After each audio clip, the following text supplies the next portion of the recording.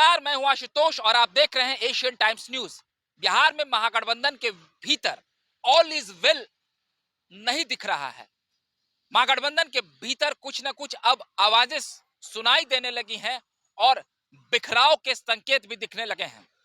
बिहार में 2 सीटों पर उपचुनाव के परिणाम आने के बाद भाकपा माले महासचिव दीपंकर भट्टाचार्य ने आज एक बयान देकर अपनी नाराजगी जाहिर की है। उन्होंने कहा है कि महागठबंधन का जो यह प्रदर्शन 2 सीटों पर रहा उपचुनाव के दौरान मोकामा और गोपालगंज में, वो संतोषजनक नहीं रहा है। बिहार में 7 दलों की सहमति से एक सरकार चल रही है, लेकिन केवल 2 दल ही प्रमुखता से सामने दिख रहे हैं, राजद और जदयू। और इन 2 दलों के भी वोटों का ट्रांसफर, मतलब वोटों की अदला बदली आपस में नहीं हो पाई, जिसका परिणाम मोकामा में भी भाजपा ने थोड़ी बढ़त दिखाई है और गोपालगंज सीट भी भाजपा जीत गई।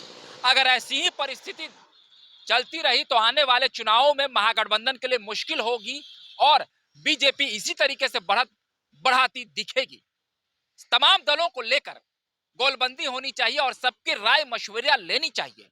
तो दीपंकर भट्टाचार्य की इन बयानों से एक बात तो ये साफ हो गया और स्पष्ट हो गया कि महागठबंधन के भीतर ऑल इज वेल वाली स्थिति नहीं है। ऑल इज वेल वाली स्थिति इसलिए नहीं है क्योंकि आमतौर पर जो भी फैसले लिए जा रहे हैं, भले ही वो मीडिया के सामने कभी कभी दिखावा की जाती होगी कि और भी दलों की सहमति है, लेकिन पूर्ण रूपेण बिहार के मुख्यमंत्री नीतीश कुमार और तेजस्वी प्रसाद यादव ही अपना सिक्का चला रहे हैं। इस बात को लेकर बिहार के पूर्व मुख्यमंत्री जीतन राम मांझी की पार्टी हमने भी विरोध दर्ज किया था। जीतन राम मांझी भी लगातार कह रहे हैं कि कोऑर्डिनेशन कमेटी होनी चाहिए जिसमें तमाम दलों के की सहमति से बात होनी चाहिए। उसी बात को दीपंकर ने भी दोहराया और उनकी माने तो जो ये 7 दलों का समीकरण एक साथ बना है, इसीलिए वो सत्ता से बाहर हैं और सत्ता को मतलब बिहार की सरकार को समर्थन दे रहे हैं, लेकिन बाहर से, क्योंकि उनकी ये मंशा है कि बिहार में बदलाव हो और बिहार के लोगों के लिए भलाई का काम किया जाए। और जब उनको ऐसा लगेगा कि बिहार में सरकार अच्छा काम नहीं कर रही है, जनहित का कार्य नहीं कर रही है, तो निश्चित तौर पर वो विरोध करेंगे। तो उन्होंने सीधे तौर पर मुख्यमंत्री और डिप्टी सीएम को इस एक चेतावनी दी है कि जो इतने तमाम दल हैं, आप उनको साथ लेकर चलिए। आप ये भ्रम में ना आए कि केवल जदयू और राजद के वोट बैंक के समीकरण से वो सत्ता में आ जाएंगे।